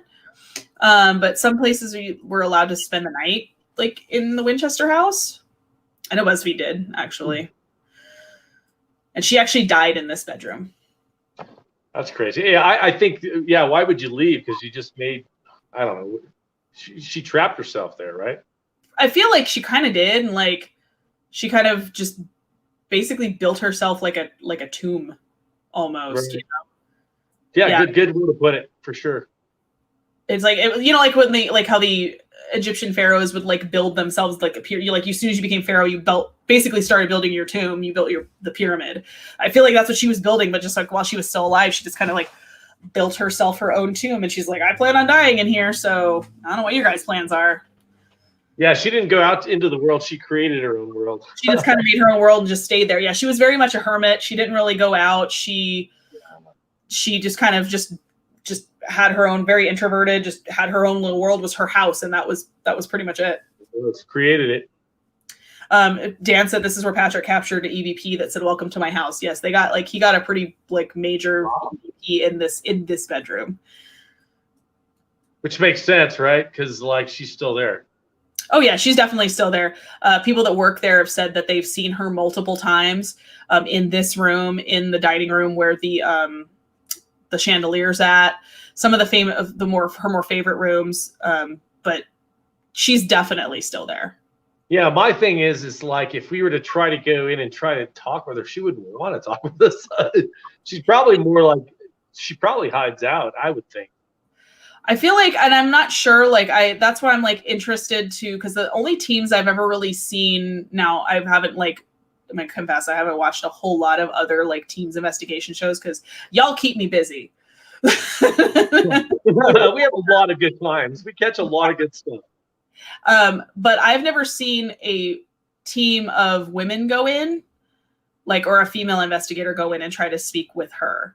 I've only ever seen teams with men investigators, which I'm like, at the time, now that was like in the 1800s and like turn of the century, like women weren't supposed to speak to men unattended because it was like improper. And especially someone of her station, she would never have spoken to a man that was not her husband or her son or a relative of hers. So she may like maybe feel more comfortable speaking to a woman. I'm not 100% sure, but what's funny is she talked to Patrick. Is Patrick a woman? Or... Well, we're not gonna say, he might be ears. Like his ears might be burning. So we're not going to speculate on that. Patrick, he has a way with being able to communicate. I got that right away.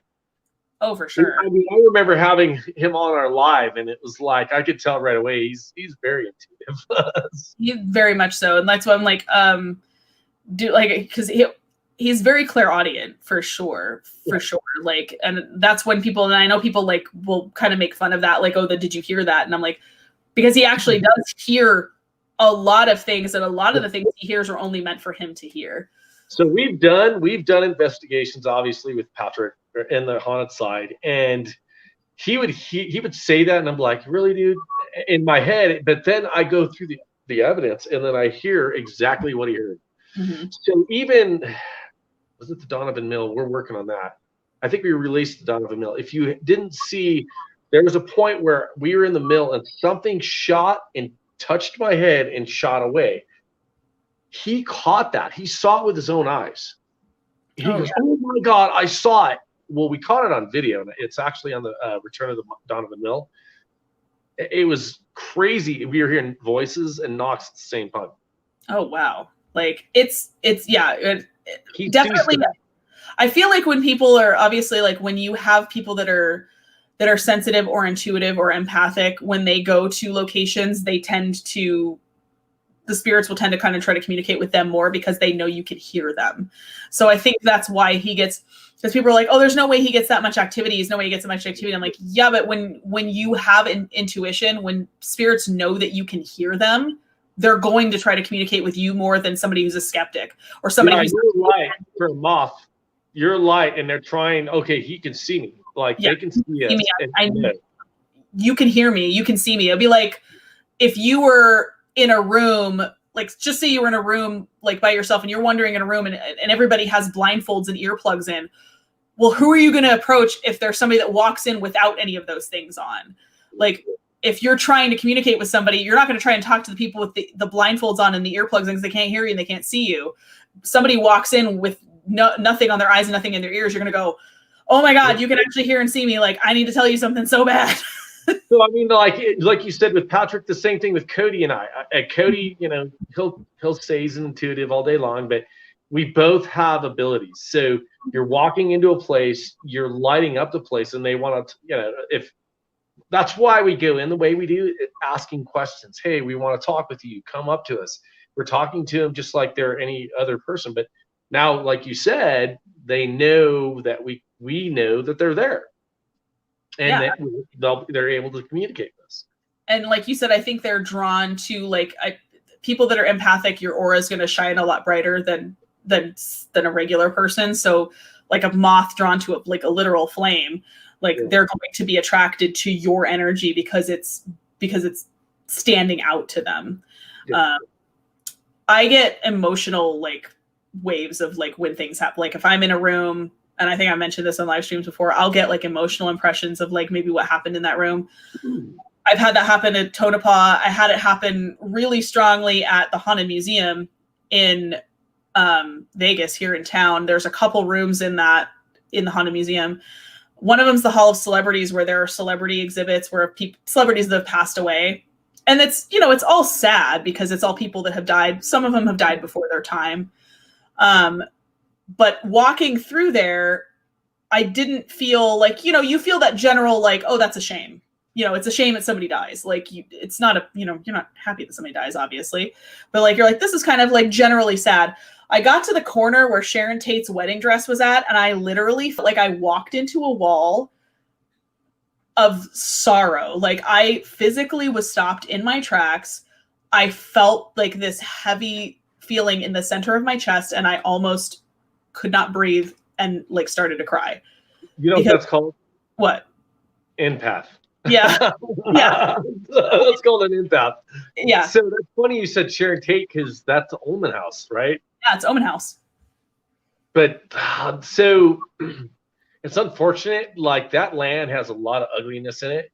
And it's unfortunate she lost her life there, because it actually, I think a lot of what drove that was what was going on in that area. That whole area is haunted.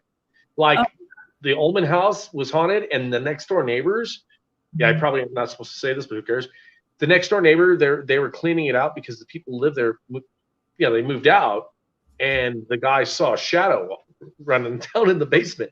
Oh my gosh. Yeah. So that land is really weird things going on. Because then who knows also what happened on it before that all happened. And, because that's all of this is ancestral land, and all of it is native land as well. So who knows what happened really before these homes were built even. But the fact that you had this many people killed in one place, that their lives ended very suddenly and very violently in this same area of land, is definitely going to leave a terrible impression. For sure. I got there the first time, because we did the Ullman House 3 times. The first time I got there, I was talking to David. Guy's out of his mind. But let it hear. He's out of his mind. But we were talking, and he knows Zach and all them for the Ghost Adventures, right. And they've been there, and he was going. I felt like, I told him, I said, I feel like there's something going on in the land, like there's ugliness here. Yeah. And it causes a lot of activity in the area. He goes, "Oh, you're full of blah blah blah." He cussed a lot. He goes, "You read Zach's book." I'm going, I'm not a big reader. I've never done that. It's what I feel. And then he looked at me. He was like, "Well, yeah, there was this, and this. So there was a history there." So I go down in the basement, and he's got this altar with tobacco, cigarettes, a feather. I'm going, "You're building an altar to whatever's here." It's weird. Yeah, to the native, like, obviously there must be some native spirits that are still on that land. Honestly, most of, like, it's kind of like a running inside joke where people go, "It's like it's built on an Indian burial ground." I'm like, most of America's a Indian burial ground.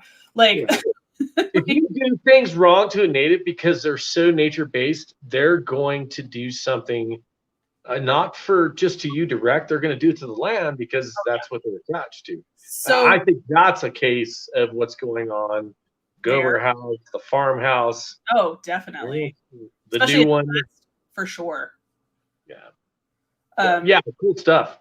There's a place out here, and it's pretty. I mean, it's on protected land, and I've actually had somebody that I work with tell me that they felt something out there. I haven't gone out there yet, just because shutdown made things a little difficult, and I was just like, "Where is it again?" Because he's like, he can't really describe to me where it's at. He has to give me vague directions, and I'm like, okay, well, I don't want to go out there on vague directions and get lost. So it's at Valley of Fire, which were ancestral, like that's where all the pictographs and stuff are at out here. It's on native land. It's near the reservation out here. He said that there's an area towards, like, one side of it where there's like a canyon, and he's like, I felt something out there, just like something watching me. He goes, and it wasn't human. He's like, it was elemental. Like, it was definitely, he's like, and it felt like it was just something like almost like an elemental or something like old. And that's the farmhouse. Like, I knew I saw something crawling, and then it stood up and dissipated. And then we caught a shadow on what Pitt Nuke's top 5. Yeah. And it looked like it came in, it crawled in, and there's a point where it looks like it's got its hands down, and it's a shadow looking in the room that I'm in. So is that the same thing? Like, what I saw, is that the shadow coming into the room looking around? Really weird. It could be. I mean, and it's like and I've told I think it's at Truckee River Murder House. And Cleanwater too. Like, that's a place that just, I'm like, anytime Patrick goes out there, I would negative. Cleanwater is just negative. Like, there's just something out there that I'm like, I'm not that person that's like, what was that? And I get scared of everything. Oh, that shit was summons. There's rituals down in that house. Yes, thank you. Thank you also for knowing that, because then when they were there the first time, when him and Jason were there the first time, and they panned over and I saw the sigils on the wall, and I immediately like texted him. I was like, no. Like, there's and because we're done. Yeah, thank you for recognizing that, because people were like, oh, it's a hobo, like a hobo camp. I was like, that is not what that is. We had rocks thrown at us. The smell of fresh baked cookies coming out of an oven in the whole house. There was weird things the whole time we were there. It's weird. It was weird. For sure. He was there most recently, and I was just like, that's one place that when he goes there, I immediately will text him and be like, please tell me when you get back, because I don't, like, that place is weird, and that place gives me the creeps. Like, there is nowhere else I have ever been that's given me the creeps, and I've not been to that place yet, but it gives me the virtual creeps. And I'm just like, Everybody that's been there has had really crazy experiences, and that's because of what's been done there. Oh, absolutely. But I just got a message from Cody. He is not going to be able to make it. He just got off, so. Well, maybe next time. We'll have him next time for sure. And then, so I think we're almost done with the tour. So I'm just going to wrap up with the fourth story. That is now the highest point in the house after the 1906 earthquake. The house stands on 4.5 acres, but Mrs. Winchester owned 161, almost 200 acres of orchards, which also surround the home. Like, what were they? What was the orchards? I believe they were apple orchards. You can kind of see this is the highest point in the house now. Fuck. Wow. Like, what is that? There's like a bell tower as well. That's on the, like, I think this is kind of like, I don't know if you can see it from here. There it is right there. The bell tower there. But there used to be 3 more stories on top of this that were then demolished because of the earthquake. They were so damaged that they could not be salvaged. The chimney in the back corner, the iconic bell. Hold on, I can't get this to freaking go over here. There we go. The bell tower is visible from this point. The chimney in the back corner rises 4 stories to stop a foot short of the ceiling, making all the fireplaces that connect to it useless. So it's kind of it's one of those weird, like, these are the stairs that they had to remove. I'll show you that in a second. But there's a fireplace in the back. I remember seeing, like, where there were steps that went right into the floor. My God, why? Yeah. Which, I mean, like, now I'm on the stairs, but you can see there's, do you see this kind of outline here? That's where the original stairs were that were very steep. And they had to then put these low risers in because of her arthritis. The original stairs had to be torn out and the low risers had to be put in so she could actually, like, get up and down the stairs because she had a cane at that point and it was like really bad. It's crazy, like, that thing, like, evolved a lot just to help her, but it's so weird that there's so much history in it and it evolved while she was there. Oh, absolutely. The house, like I said, the hammers and stuff and, like, painting and nails and stuff never stopped. The only time that the noise from the construction stopped was in 1920, the day she died. That was the only time the house was quiet. Yeah. That would drive me crazy. I need my peace. I mean, I hate the sounds of construction. I cannot imagine living in a home that is constantly under construction, constantly things being, like, torn apart and, like, taken apart and, like, sawed and hammered and, like, no, thank you. No, she was being tormented. She was, like, constant torment. I mean, but it's like at the same time, it's like she put herself in this story. Like, it's like you put yourself here. I don't know, like, where. Let me see if I can find that fireplace. But if not, I can't. It's not a big deal. But it's so funny. It's the fireplace, like, the chimney goes up and then just, like, stops, and it's like it doesn't even connect out. Like, you can't even use it. But yeah. So, like, when you were talking about chimneys, like, even that, like, there's a feeling of where they burn things to cleanse, and they use the chimneys to do that. Oh, definitely, for sure. Ceremony, right? And all the different areas. But so, I mean, that was pretty much the virtual tour. Again, it's $9, you guys, and you can kind of, like, go and click through it at your leisure. I just kind of hit some of the spaces. I didn't even get to all of the house. Like, we didn't literally walk down every hallway half the time. It would take 5 years. I know it would take us forever, and I would get lost, and I would need virtual Skittles to get me out. So, and they don't have virtual Skittles, so here we are. But if you want the guided tour to learn about more of the house, the history of the house, that one is like $6 to rent, and it's like $12 or $13 or $15 to buy it. And it's like 45 minutes, and it's completely narrated, and you just kind of watch it at your own leisure. It's super cool. And you're helping the building, right? So those guys can maintain it.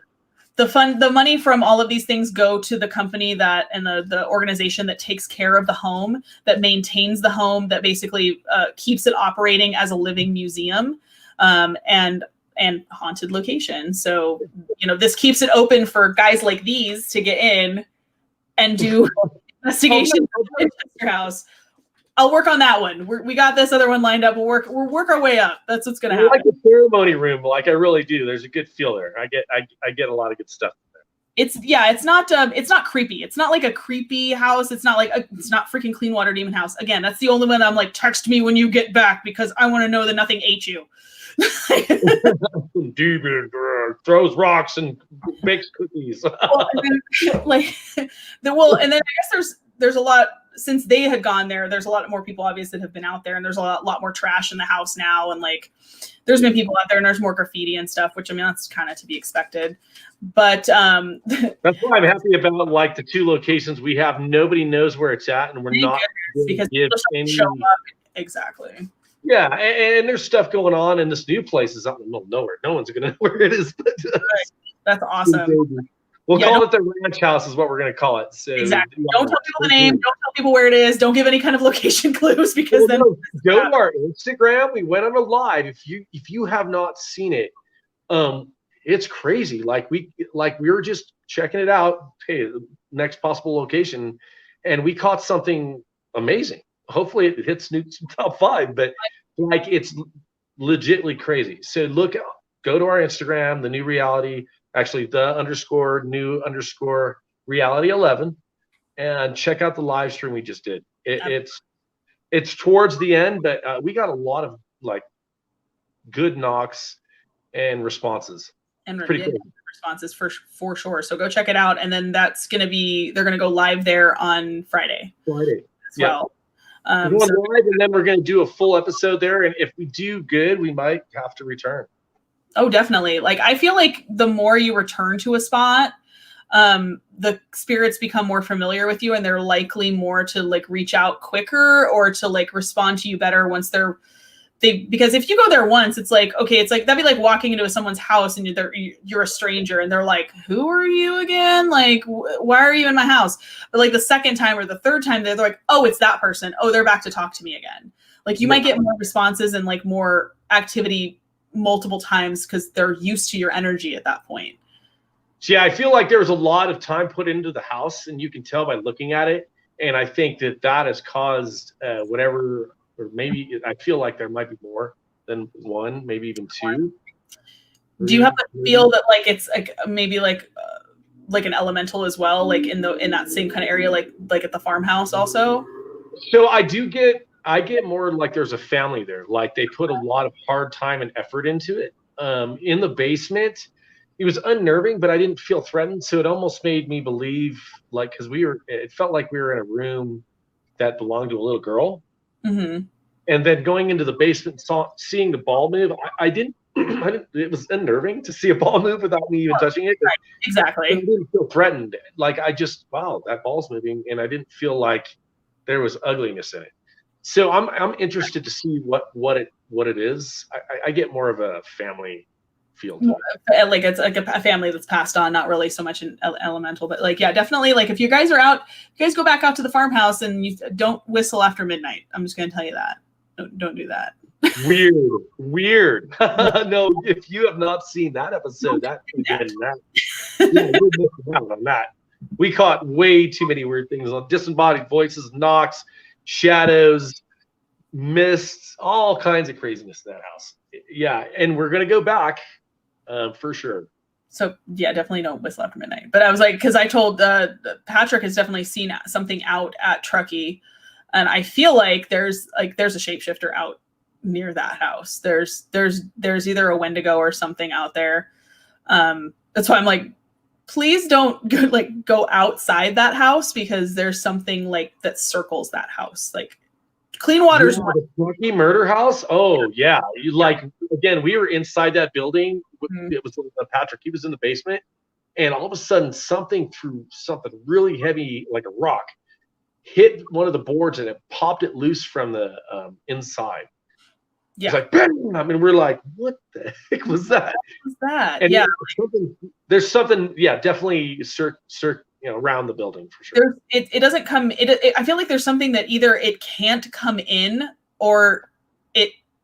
I don't know what it is. Like I get this weird feeling just watching that area because I just get this really uneasy feeling that there's something just almost like a shark just circling the house. And he said he's gone because I know there was a live when he went out there and it got interrupted. But he said he saw like a really tall, like shadowy figure, like a very tall one out there. And then he went out and there was like a circle with like sticks or something. And I was like texting him immediately. And I was like, go back to your car now. Go back. I'm not playing with you. Go back to your car. And he didn't either because that's what we do. we just go right into the lion's den. We don't care. Yeah, I was like, go back to your car. Go back to your car because I'm 100% sure. I was like, and if something says your name, do not go after it. Go back to your car right now. He didn't take your advice at all, right? Because anyway. He did leave, and actually, like the live ended really like abruptly at a point, and everybody like freaked out. Like everybody was really scared, and that's the first time I think I've ever seen him actually that like freaked out too. And I texted him, he was okay, like because people were like, we don't know if he's okay, we don't know if he's okay, and I was like, all right, like I'll like it's fine, and then like texted, he was like, no, I'm okay, but it was weird, so. I was just like, don't go outside of that house again. I was like, if you're going to investigate, just stay in the house because whatever it is either cannot come in or I don't know. It's like it's bound out to the outside and it cannot come into the building, but it can throw shit apparently at the building, but it just cannot come inside. That's every location we go to. Throw thing. I've gotten hit with rocks. I've gotten hit with like a bolt flew between Patrick and I, like at you guys were just out there not that long ago in Tahoe, Biltmore, at the Biltmore. Yeah. In the maintenance hallway, we were... the maintenance hallway. Yep. Yeah, maintenance hallway. We were standing in the maintenance hallway, and we kept mapping something on the ceiling in the pipes, weirdly enough, like somebody was working up there. And then we're standing there. He's here. I'm here. And just between us goes... whoosh, just a bolt goes flying between us and hits the wall and goes tink, like off the wall. And I was like, was that... Okay. During our sensory deprivation down that hallway, we had the SLS, and something was. I said I feel like something's all over me. I feel like I got chills all around me. Well, on the SLS, it showed something all over me, like it was crazy. Like something was crawling on me. Was it further? Like, was that further down the hallway? Was that like towards the end of the hallway? Because that's exactly what. That's exactly what I got. Exactly what I got. Because I was like, we got down to the basement. We got down and I looked down that hallway, and that hallway was like, it's dark and it's not well lit. It's just a maintenance hallway. And like Patrick's here and the whole tour group's there. And I go, that's really dark and creepy down there. I want to go down there. We had an amazing sensory depth down there, and there was answers and questions and very boisterous person. There's somebody that does not like people down there because I think they're working still, and they don't like people intruding in their workspace. Yeah, that's what I got too. There's the guy that runs the show, and he doesn't like people there. He's like, what are you doing here? You're not on the clock or whatever. Like, it's the whole attitude of like, you're in my way. Like, he's not malevolent. He's just like kind of grumpy and bossy. Like, he's like, you're in my way and get out of my way.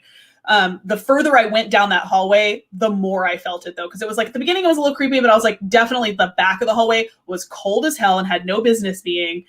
And it was just the further I got closer to that exit door at the end of the hallway, the more it was like, okay, like there's definitely, I got the same thing. Like he put a lot of his emotions in that spot.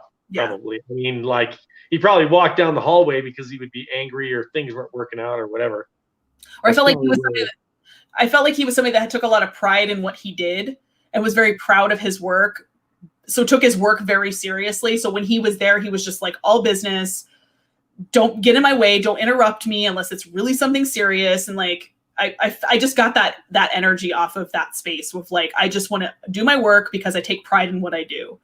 And he's very vulgar. He was very like cussed a lot. He said ugly things, but that's the way it was back in the day, right? It wasn't pleasant. It was hard work. It was, hard to keep things going. Absolutely, for sure. So should we, since nobody's going to join us, should we spill the beans? Yeah, why not? Let's do it.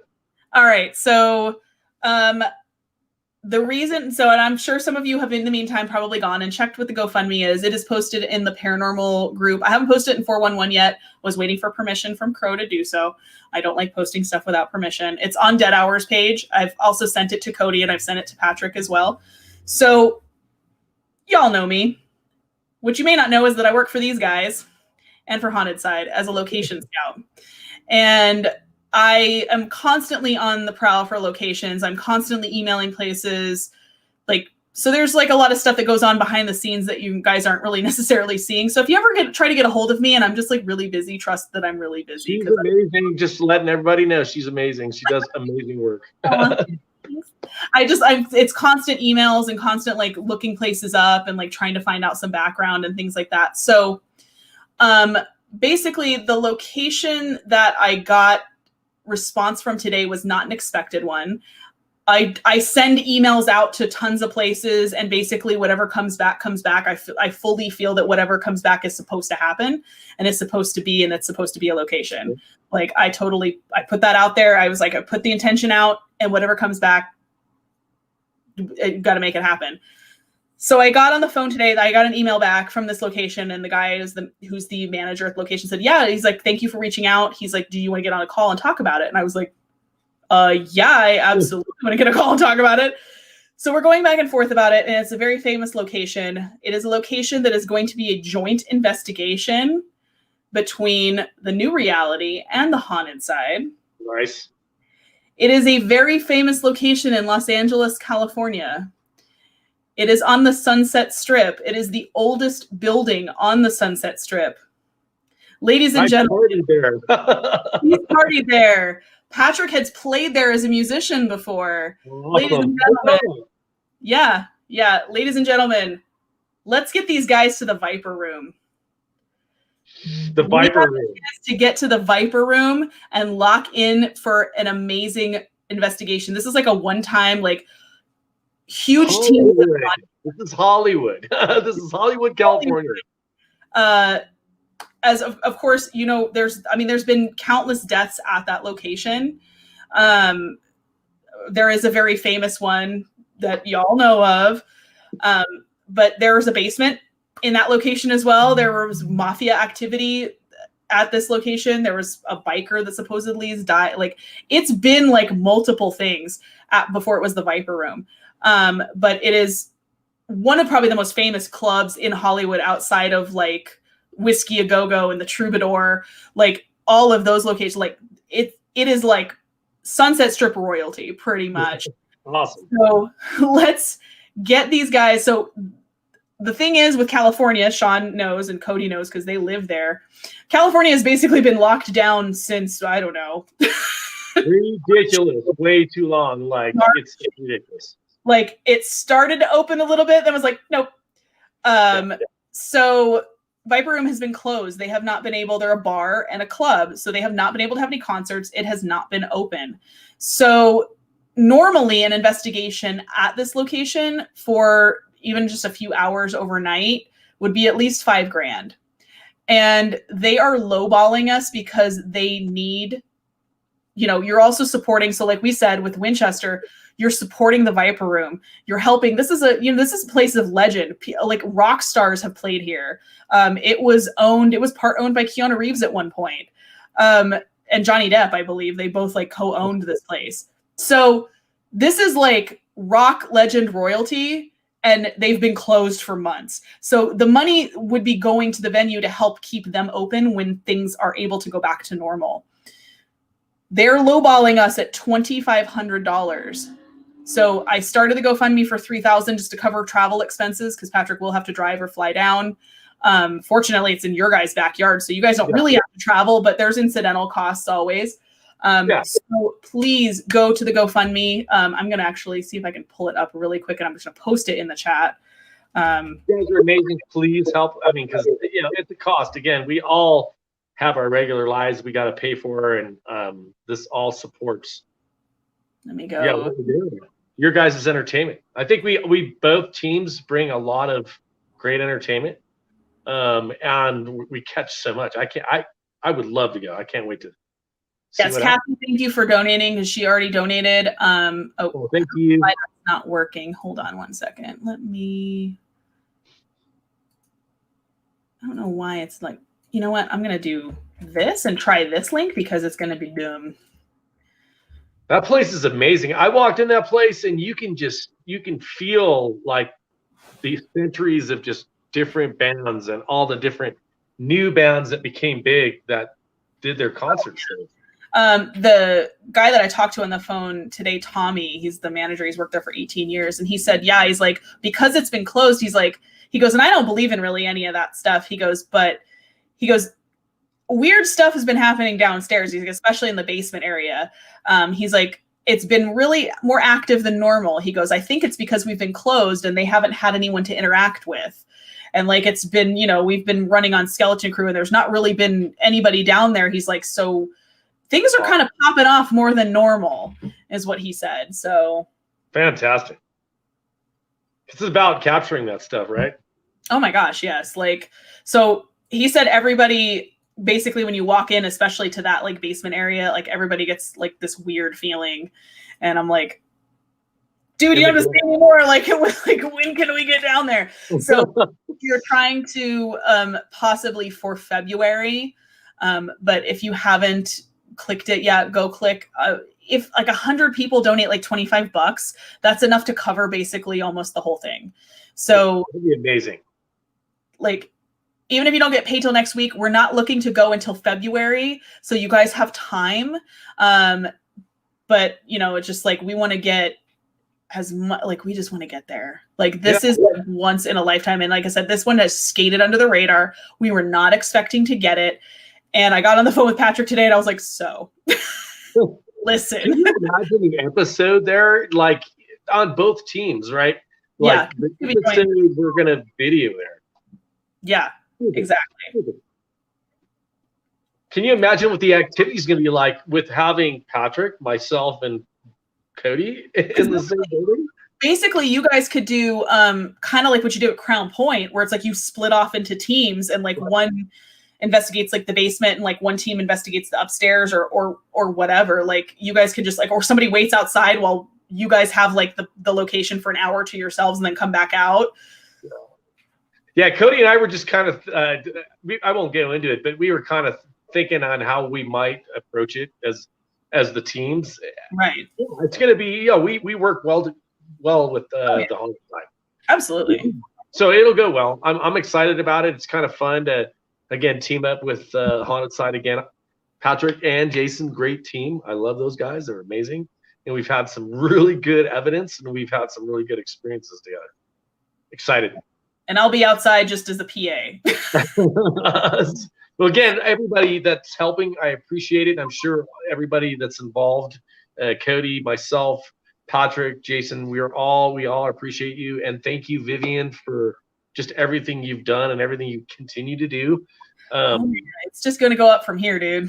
It's fun that you're so supportive and you're helping us get where we are. And like, come on, let's go. Let's do this. Yeah.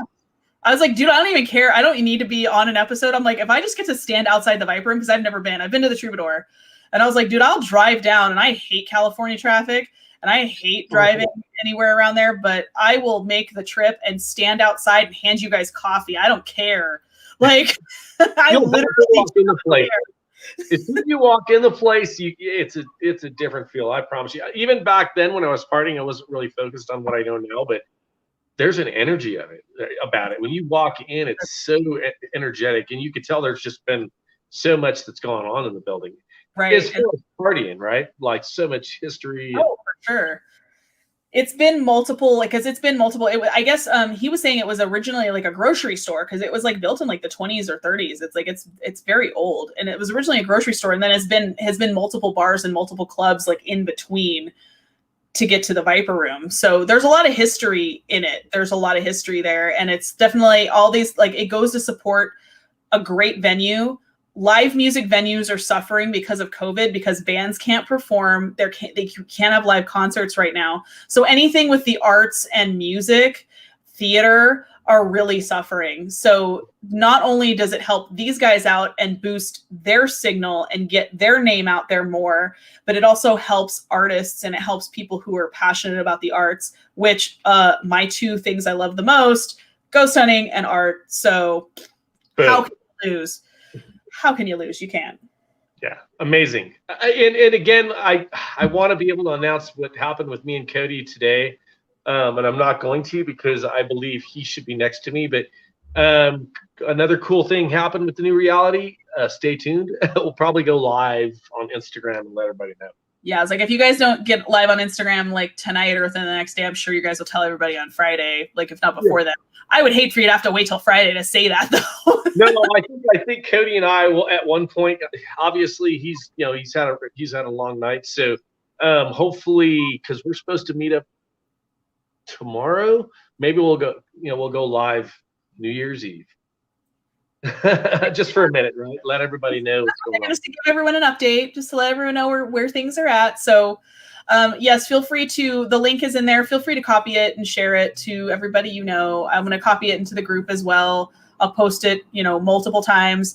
We're not asking you to buy a hospital this time, I promise. This is a much more doable goal. Like, that was a noble goal, but this one's even better because you get to see the two probably most legit teams in the business at one of the largest, most famous locations. And we're going to give you guys an amazing investigation between the two teams.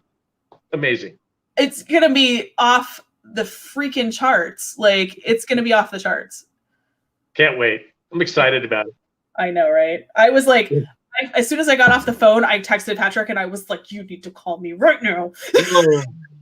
When Cody told me, I was like, wait. Did you say the Viper Room? Did you just say the Viper Room? Yeah, Cody's so funny because I recorded it and I was like, do you want to know what it is? I was like, do you want to know what it is? He's like, oh my God, just freaking tell me. And I was like, I got you guys and the haunted side of the Viper Room. And he goes, wait, the Viper Room on Sunset. Wait. And I was like, yes, that Viper Room. Like, is there another one? Stupid. Like, yeah, I was like, are you kidding me, dude? Are you kidding me? So how exciting. Like, again, just amazing, fun journey. It's been amazing. It's been fun. I mean, and it's only sky's the limit from here, dude. Like, there's a lot more. Like, I've sent out some more emails today. Again, I will randomly just like hit places up and just be like, hey, blah, blah, blah, and like send links and stuff like that. And it's like, and the thing is, what, not only, am I charming and like, good at what I do, but amazing at what you do. It's your guys' content too that attracts them. So I link your guys' episodes. I put links in my emails when I ask about paranormal investigations. So I was like, here's what we do. And here's what the teams do. You can judge that for yourself. So it's your guys' hard work that, it's like, I just kicked the door open. You guys push it all the way off its hinges. Oh, you're like, I mean, as far as you kicking doors and letting people know about us, because it's really about pushing, like, how we don't know how to push the content. So it's people like you that help push the content. We just know how to do what we do, and that's investigate and capture it on video in a way that it's entertaining. And make entertaining content, which like that, the guy was like, when he watched them, because I sent a link for one of your episodes and one for Haunted Sides as well. And he's like, this looks legit. He's like, this looks really well done. And I was like, I wouldn't promote somebody who's, some half-ass stumble bum that's going to come in there and like wreck house and make a mess. Like, I only promote people who are like, these are professionals. These are guys that know what they're doing. They're respectful of the location. They, it was like, you can see the proof's in the pudding. The proof, I just have to link episodes and be like, look, see? And they're like, yeah, no, that's how we got Black Monarch. He's like, yeah, no, this is legit. You guys can come on up. Well, that's the thing is it's the way we approach it. There's a way you're going into a location, you respect what you're dealing with, you respect the property. And I think that there was a point where Cody and we were going in and we were just trying to find evidence and clip it and put it in a video. We came to a conclusion that you have to go in and you have to tell a story. Yeah. So so when we realized that's the way we were supposed to approach it, our videos only got better. And Cody is amazing at editing. He does a fantastic job.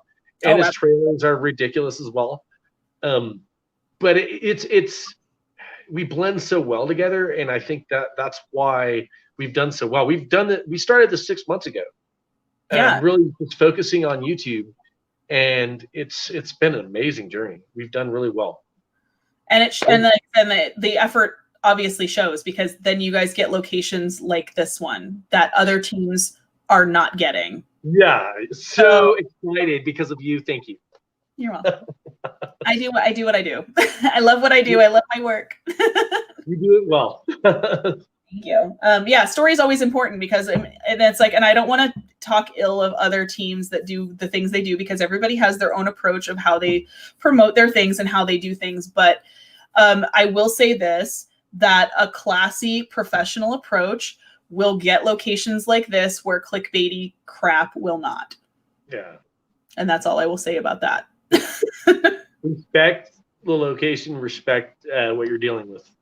And the story comes in much clearer. I mean, we've been able to create a story on a lot of locations because just being respectful, asking questions. Being respectful of the spirits. You don't go in there. You're not confrontational. You're not coming in there like guns blazing. It's like, you don't get stuff that way. If you go in there reactionary, well, it's like you get what you pay for, pretty much. And then you don't get like full body apparitions and shadow figures and all that. Right. And not on video though. And Wendigos and shit. And I was like, dude, if there's a Wendigo out there, I'm like, I am seriously. I was like, no, go home. Yeah, we're gonna hide. Go home. No, we're just gonna go check it out. That's what we're gonna do. I'm like, or I'm pounding 3 8-hour energies, and I am driving to Reno and ripping its horns off. I will fight a Wendigo. Yeah, you probably wouldn't do well. I probably wouldn't. But like, how cool would that to be? Like, how did she die? She went out fighting a Wendigo. Oh shit! Oh, damn. There wasn't much left of her, so we had to snap her in two like a frozen dog to get her out of the thing. But it was worth the effort. A worthy adversary. So, yep, I think that's it for tonight. So thank you, Shawn, for joining me. I wish Cody could be here, but I understand that these things do happen. And there's always the next one. Lives happen, and the holidays are kind of still going on. So I imagine like it's a little here and there. It was a bummer that he got home late because I think, this was the only night he was able to do anything because of the holidays. But when he texted me, he was very like, dude, I feel really bad. I'm like, bro, like it's, out of his control. And it's out of your control. These things happen. So if you guys like doing these, there are a few other ones we can do. They're not as extensive as the Winchester Mystery House, but there are the catacombs. The French, I think it's in France, the catacombs underneath where they're just like skulls and bones, and there's like, it's all plague victims and stuff. And then there's Pripyat in Russia, which you can actually do a virtual tour of. It's the town outside Chernobyl. It was the one that was closest to Chernobyl. It is still really polluted with radiation, so nobody can live there for like the next 300 years or something like that. And then there's also Dracula's castle. So the castle in Romania that was Vlad the Impaler's castle. You can actually do a virtual tour of that one as well. To do an investigation in that location. Oh my goodness! There's yes, I was obsessed with vampires for a long time. You can't tell my black hair and the way I look. I look like freaking Anne Rice. But anyways, like that's like I don't care. Like I don't care if I have to smuggle myself in a trunk. I'm going. You might not make it. But I might die before I get there. But there's the cutest little, I found this little tchotchke that's it's a souvenir from the castle, and it's literally a snow globe, and it has the castle inside of it, and you shake it, and there's bats that are the snow. And I need it. And I need it in my life, and I don't know why. I just need it. Thank you. The weird things that I want in my life. Anyways, so if you guys like these things, we will do another one, if in a between guests sort of scenario. We'll pop on for another virtual tour if you guys are interested in doing that. Cool. I'll be back in January with Dead Hours with GSI Paranormal. They did have a poltergeist experience where John got scratched very, very badly. And through a backpack, through clothing, full on, they're scratches. And I've seen the photos of them. It's very violent spirit. So we're going to discuss that. I'm going to be on Dan's show on the 9th of January. And then I'm on Emily Menhouse's show on the 22nd of January. And then I have a couple more guests on. So it's going to be popping off, y'all. Yeah. So just a quick shout out too. I will be on Dan's show on the 2nd. I haven't got a time yet, but I'm sure we'll come up with a flyer for that. So yeah, I think it's the day after New Year's. I think it's the afternoon. I think so. Yeah, I think so. And then you guys have, and then post links. I'll post links to those. Yes, I will post links to those as well. When I find out, like I said, when we find out times and links and stuff like that, we will post them for sure. And then, or if you're looking for the virtual tour ones, I can post links of those as well. But I will be back next Tuesday. So these guys, watch out for these guys on Friday, live investigation, filming an episode, also a new episode on Sunday, new Dead Hours. I'll say it. We caught a ball moving on its own in the basement. In the basement. Of the ranch house doing a scouting on a building. Right. So that's why we're doing scouting. They weren't even like full investigation mode. This was just scouting and shit was moving. So yeah, we got a lot of knocks on the floor from like underneath the floor up. It happened to me. It happened to Cody. We heard it. We got a lot of responses. We saw in the basement. It's always in the basement. Creepy basement. And then we went into the basement, and that's when the ball moved and direct responses on the ghost box. It was really easy. So. I'm excited for this. This is going to be amazing. And we don't even know what's going to happen. So we're excited as well. Like I said, you guys were just there, just stumbled on it and just scouting and this stuff happened. You weren't even like in full investigation mode with all the equipment and all the stuff. Like we had the Eddie, the K2, and Cody's his camera just doing Instagram live because we were getting on. And then all of a sudden we had a ball move without us. All of a sudden it was crazy. Yeah, if you guys haven't seen it, check it out. It's ridiculous. It really is. So keep an eye open for these guys. Black Monarch is going to be the next episode of Haunted Side. That is currently being edited right now. That place is bananas, and I love it. I want to go back there and stay again. He's actually adding 3 more rooms to Black Monarch. The owner is very cool. Please go check it out. If you get a chance to go up there and visit, go stay near. It's near Denver. It's 2 hours from Denver. It is haunted as shit. Nice. There were footsteps all night long up and down the hallway. And there's gonna be a new murder hours. We could call it the murder hours. I don't know. Dead Hours Murder Corner. Ted Bundy next week Tuesday.